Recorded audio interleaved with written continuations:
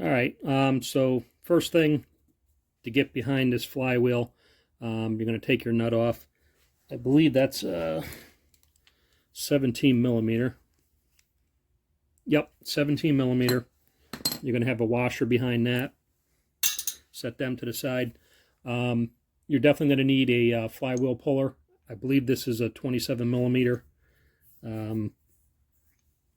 See if I can get the number on there. I bought this a while ago, I think on eBay. VGL JH76, excuse me, 70. VGL JH70. So this is the threads for the first nut are just regular threads, righty tighty, lefty loosey. When you're going to thread these outside threads into the flywheel, they're going to be left-handed threads. So you're going to spin it counterclockwise to get it threaded in there.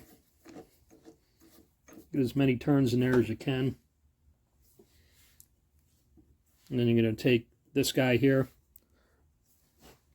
Let's see what size that is. Looks like that lucked out. It's going to be 17 millimeter also.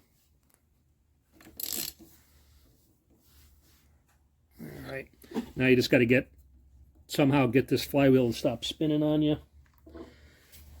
At the same time, you don't want to damage anything. I'm just going to stick that in there. Try to wedge it.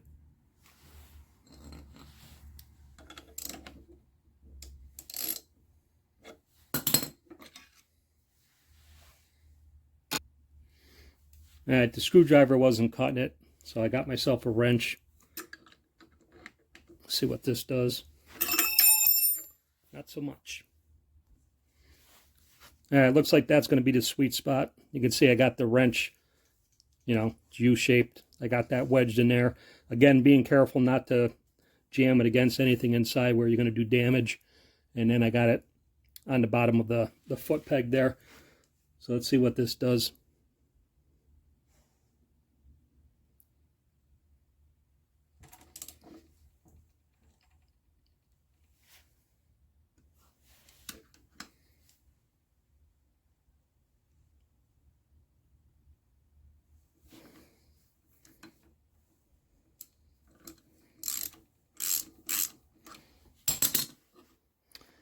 All right, I think we got it.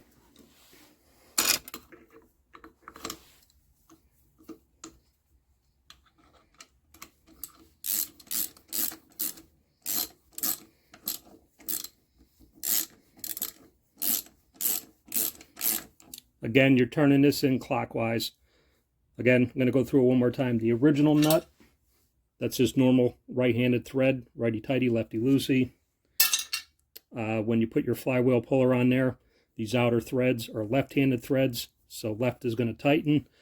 And then when you drive this guy in, you're back to what I call normal threads, righty-tighty, lefty-loosey. So in other words, you're going to turn this guy in clockwise.